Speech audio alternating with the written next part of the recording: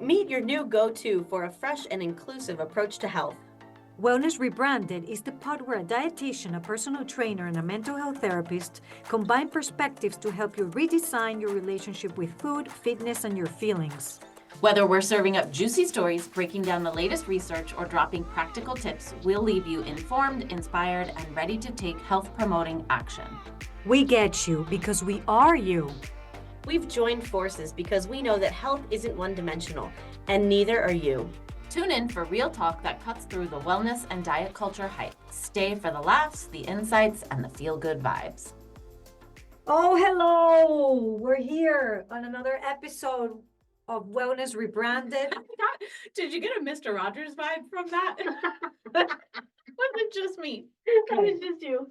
I can see, like, Maria, can I hand you your cardigan? So this is great beginning for an episode just to leave evidence of some people come to work seriously and do their best and other people just don't. And it's how we roll. And now you have the evidence and you are all my witness.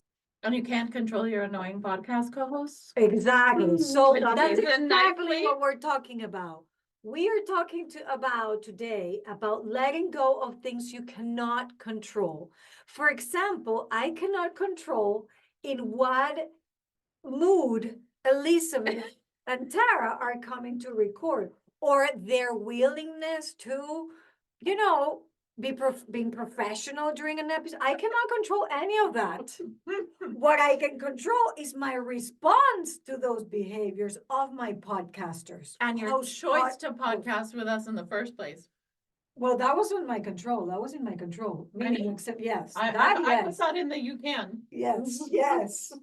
So things we cannot control, things we can control, how to deal with that and how to let go really of what you cannot control, because it's going to take a lot of your energy and time, possibly for no benefit. So I feel like I talk about this a lot at work when we're talking about goal setting. So you've heard me talk about process goals and product goals before, right? Where product goals are attached to an outcome and the process goals, of course, are attached to a process. So at the gym, we don't really control the outcome as much as we control our behaviors, The process. yeah. Right? So Your effort, your action. yeah, the effort is so important. Like, the goal might be to get stronger or achieve some sort of like, metric, like a ridiculous vertical jump or something like that. But, really the way that we control that is by showing up on a regular basis, by doing the exercises that are going to help us achieve that goal, by staying consistent. It's not about, well, I just can't do it, right? It's not the end game that matters. It's the process.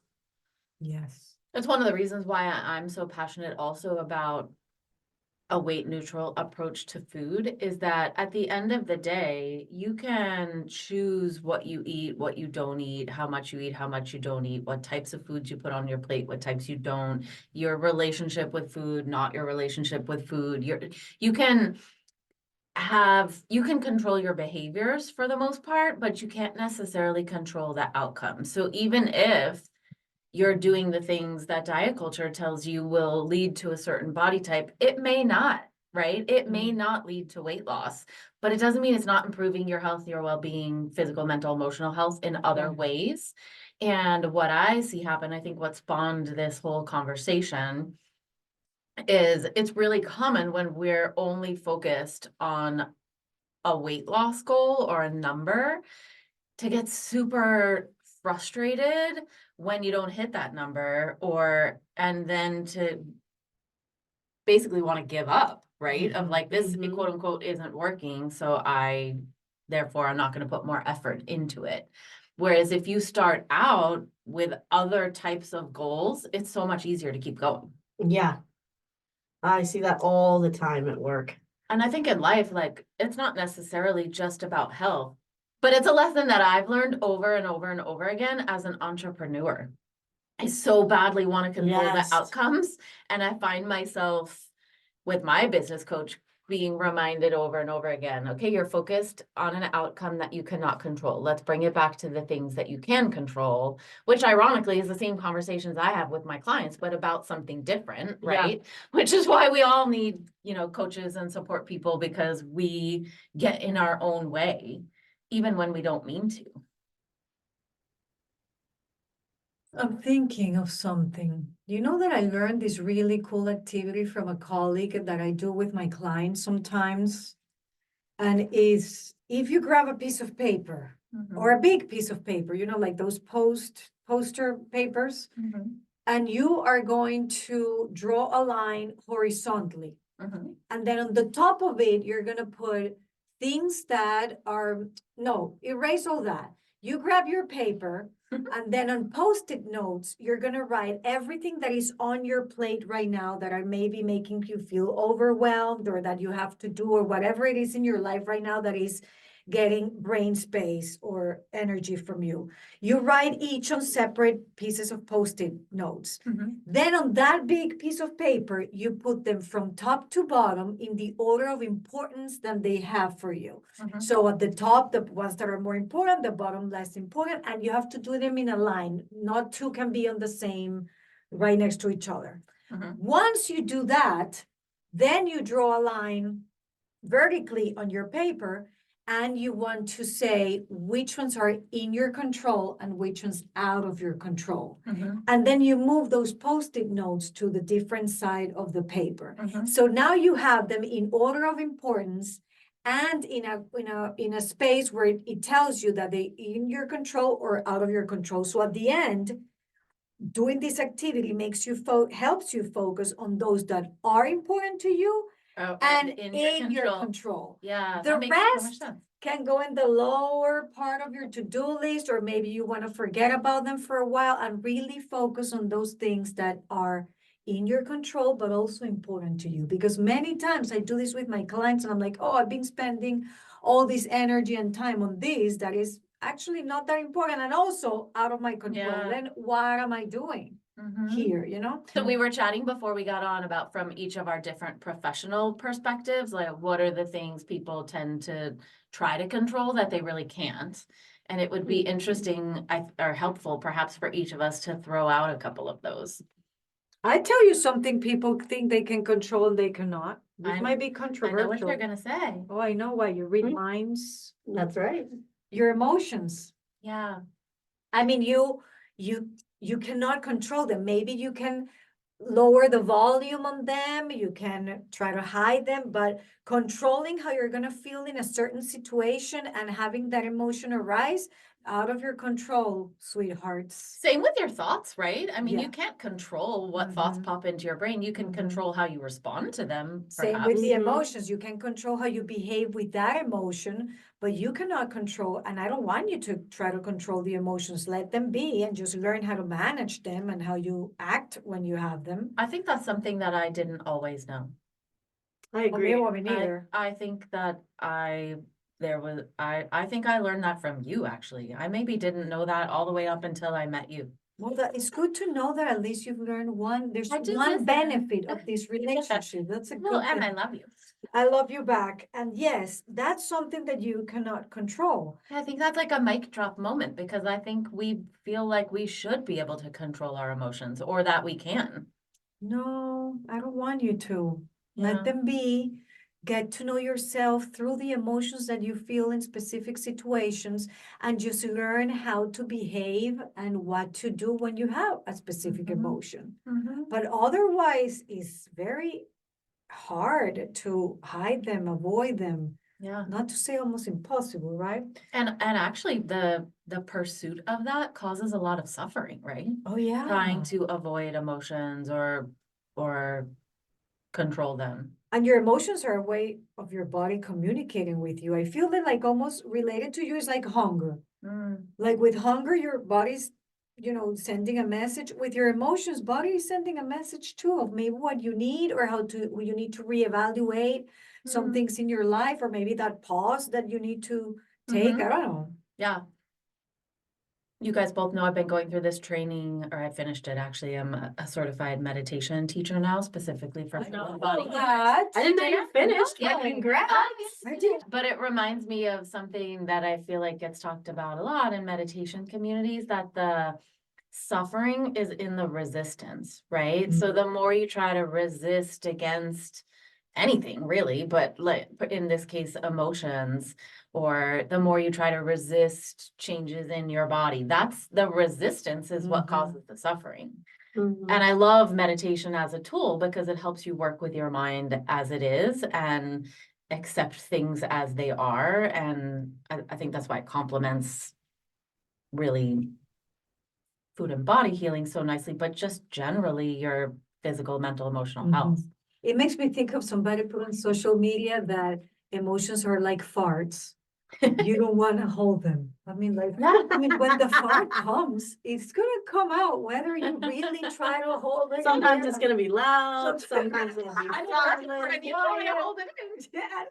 So you try to hold it. So don't hold in your emotions. They're like farts. Well, that's not a very eloquent analogy, but it's accurate, I suppose. It's eloquent too. I mean, think about it. Oh my goodness. So what are some other things, Tara, that maybe from your professional perspective, people try to control and really can't? So this is a little bit controversial, but like body shape and size, Yeah, I You know, agree. you can totally do some things that are gonna help change the way your body looks. You might have an influence on it, but You have that an influence is influence. probably not as big as you think. Yes, And and it's limited by like your genetics, it's limited by like your previous history, your injury history. Like there's a lot that goes into it. Mhm. And I'm sure you might take like bodybuilding, for example. You know, bodybuilding is a really, really, really unique sport in that they look at each individual, like even each piece of the muscle, not just the muscle, but each part of the muscle, and try to build it up and change the way it looks and change the way that it interacts with the body as a whole. And you could argue like, well, yeah, it does change, right? Like bodybuilders look super different on stage than they do in real life. But also I would say I've worked with a couple of bodybuilders, and that Really? often comes at a cost. Oh, totally. So it's very much like disordered eating. It's very much disordered relationship with exercise. Like, to be clear, I don't recommend be. bodybuilding, you know, but it also, particularly in women, causes lots of harms, like hormonally. Like, it's definitely not a sport that I advocate for, but I could see the argument of like, well, those people change the way their body looks. Yes, but it is temporary.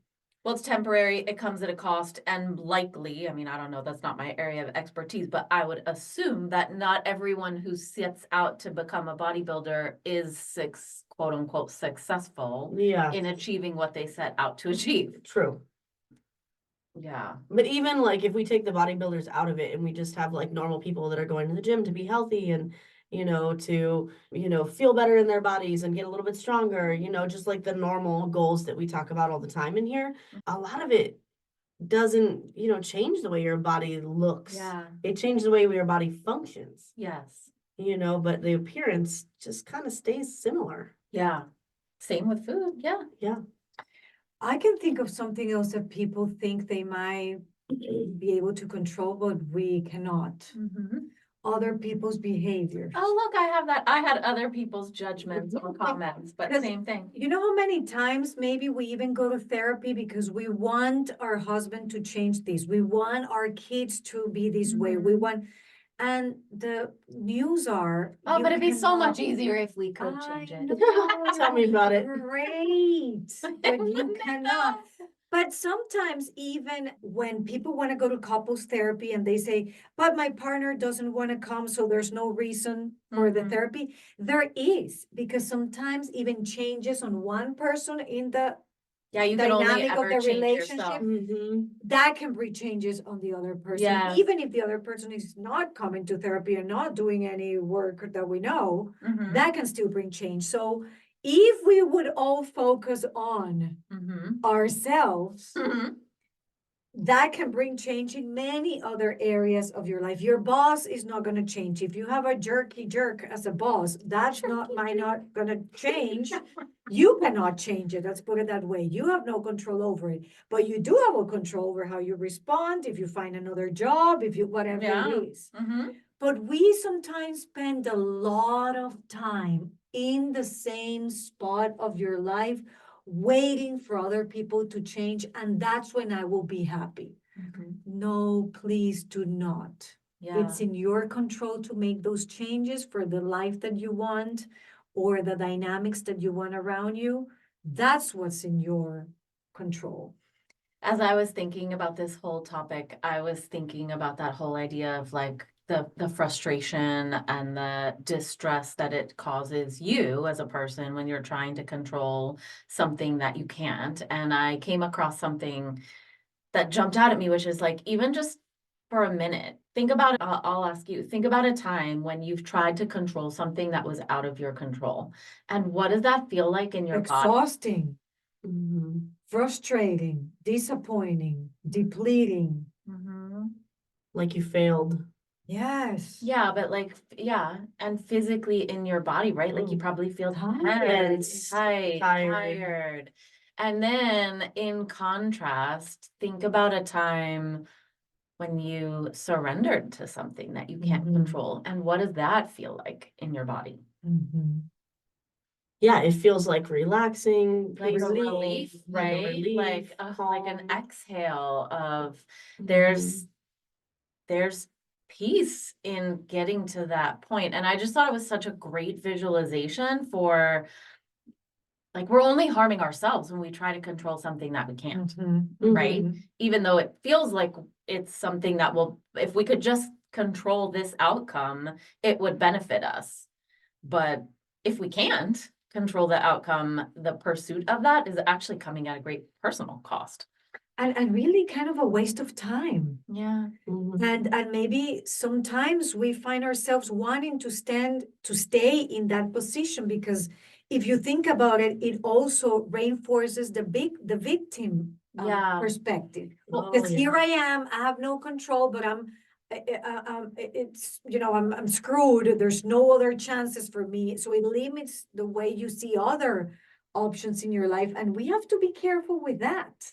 Well, also, I mean, I don't know if you guys are like this, but I'll admit that I have a stubborn streak. So it's hard to kind of like let go Yes. of Yes. I'm on the wrong path and I am going to admit that and acknowledge it and make a U-turn. Is sometimes that Mhm. feels Mhm. like a failure or a failing, just to even admit that it isn't, Mhm. but I also think in life there's a lot of like illusion over what we have control over or what yes, we don't. 100%. You know, I think food is actually Diet culture a good could be like just there we go. Yeah, I mean, for sure. Food is actually a really good example of this. Like I read a thing the other day where there's like 5 companies that own all the food brands that we commonly see on like the shelves in the grocery store. So we have this like illusion of like choice, but really it's like we're all eating whatever that main company is, you know? Yes. Uh-huh. And I That's feel like interesting. there's so much pressure with that, you know? But also, Maria, I would love for you to talk about there's a difference between where I'm trying to go with this train of thought is like you could also look at that. Like, let's say that's something that's really important to you, the quality of food on your plate and what chemicals, toxins, whatever may or may not be in it. And there could be a sense of hopelessness around, but I can't control that because you can't really. So I would love to hear from a mental health perspective, like how do you balance the accepting what you can control and what you can't control, but then also not feeling completely hopeless or powerless about certain things, like climate change. I don't know, there could be another example, right? And that's a very good point, because even a few days ago, I was feeling hopeless about something, and it had to do with, greater topics like, I don't know, let's say politics, or let's say, bad things that humans can do. I was reading the news, those moments that I don't know why I read news, and then, and then, yes, you can get that sense of, wow, I have no control over that. And that is hopeless. But we do have control again over what we do about it. Yeah, maybe I'm not going to become a politician and save the world, but I have control over how much news I get and what do I do within my surroundings to spread kindness and love and all the things that are going to get buffer all these Yeah. things that we're constantly bombarded with. Mhm. But it's true, we sometimes accept, and it's for some people around me, even sounds like, oh, you have no heart. I'm like, no, it's not about having no heart. Is that I need to accept that I'm not gonna spend energy on this because it's out of my control. I mean, ultimately, it's probably about healthy boundaries, right? But and Boundaries. also, like, I think about for some, I feel like I've talked about this a lot today. We've recorded more than one episode, but in body image, like, we can't necessarily, like, the work happens on multiple levels, right? There's the individual level of your own body image healing journey, but there's the social level of there are things you can do to try to influence and shape and rechange the culture. And it could be as simple as like having a conversation with your doctor's office about, hey, you guys are steeped in weight stigma. Here's the harm. Here's some information on that. Yeah. Can you do better to Mhm. change it? So like there are ways that even when you can't control the big picture, you can take action Yes. towards a positive something. change. Yes, and the action can also be no action at all. Mhm. Like there are many times in my life that I accept that something is out of my control, and even if other little things that could contribute were in my control, I still chose this is not something I'm gonna engage with at all. Mhm. Not my Like, circus, not my Right, monkey. because then I will be doing things about climate change and politics and unsafe situation and all of these that Yeah. it would drive me crazy, right? Mhm. Because in the bottom of our, not in the bottom, very out in our hearts, we're kind human beings. We want a good world, you know, our ideal world. We want everybody to be loving with each other. There's so many things that would be so great, you know, what a wonderful world. So you have to pick those things as well. Your statements always make me want to break out in song. And I know. What a Oh, yeah. wonderful world. Tara's eyes perked up and looked right at But- me when you said that. I'll tell you this, I do have control about my immediate world. And I have the right to choose what that immediate world is gonna have. And you know, like some, But your immediate world does not include changing your family member. no. Yeah. But letting go, I mean, talking about songs, let it go, let it go. Let Elizabeth's it go. kids are too old for that one. Oh, that. Oh, come on, Elizabeth. My kids are We in the can frozen spend era. every Are episode they? educating you about About pop fun culture. things in life, okay? We cannot do this every time. Oh, but I so appreciate your lessons in fun, Yes, Maria. all right, so I know it sounds cliche, it might sound cliche and you might heard it many times, the importance of letting go. Because we're really good at attaching to things and absorb them and, you know, like Velcro, super good at that. Imagine your body being like a Velcro thing and these things attaching. We need to learn sometimes to detach and other times to put some butter or oil I was on gonna that say fuzz. Velcro. Put some fuzz on And that put some Velcro. fuzz and then it's like, all right, I'll keep going. The image I Really? got was wearing black pants in a place where there's a white pet. Yeah. Exactly. Well, then you can bring your Rollo thing to clean the hair. I don't know what Yeah. you do, but I don't know why we try to cling to things so hard as humans, It's but we because do. we do. Human nature, yeah, I because suppose. it satisfies sometimes the worry, the anxiety, Yeah, I the think it's like pressure, how we seek safety, the right? illusion that we can do so many things and we have no, sometimes it's not worth engaging. Mhm. Many times it's worth to be like, oops, yeah, that sucks, but I don't have to be the one involved or the one doing Yeah. anything about it. Next. So I guess the invitation from today's episode then is really sit back and think. Are you currently trying to control something that is actually not something you can control? And what freedom might come to you if you could let that go? Give yourself permission to let it go. My Or get takeaway, support to let it go. get that oil or the fuzz, have some in your pocket and start covering some of your Velcro patches because it's gonna help you feel a little lighter and better. Choose what Velcro is gonna really attach and which ones are gonna be like, nopes. Thank Nopes. you. Nopes. Not Nope. today's. Nopes. Nope, daisies. I think that about wraps it up for this episode. But before we let you go, guys, please, please, please share this episode or your favorite Wellness Rebranded episode with people that you think it might benefit. And then make sure that you've subscribed to get updates when we drop a new episode. We do it every Wednesday. But subscribing, downloading, and sharing all really helps us get out this whole, movement out into the world. So we would love to have more of you. Maybe chat with shoot us us. a message on Instagram and let us know what's one thing you're gonna practice letting go of. Yeah. And stay with us, stay tuned for our next episode. Stay tuned with us forever. And that makes me think, makes me think of another song. We can end with another song. You guys know this song? Please don't go. Don't go. No. Oh, yeah, it's vague. Most boring It's podcast big? host ever. Vague. Okay. Vague? What? I don't No, know that please song don't either. go. No, I just Please said don't go. vaguely like I know it. Oh, vague. Oh, Okay. oh. Bye-bye from the most fun English is hard. host of this The episode. fun one Yeah, is the signing fun one. off These today. two, I don't know what I'm gonna do. See you next time. Hey guys, it's Tara, and I know the world is pretty stressful sometimes, so I have created a special class. It's an hour-long progressive relaxation. So for those of you that have been listening to the pod for a long time, I did a special episode of this about a year ago, episode 59, but I'm going to be having a class in person in Annapolis on September 11th at 6:30 p.m. And it's also available virtually. So if you don't live local to Annapolis, Maryland, no worries. You can still register. We'll do it on Zoom.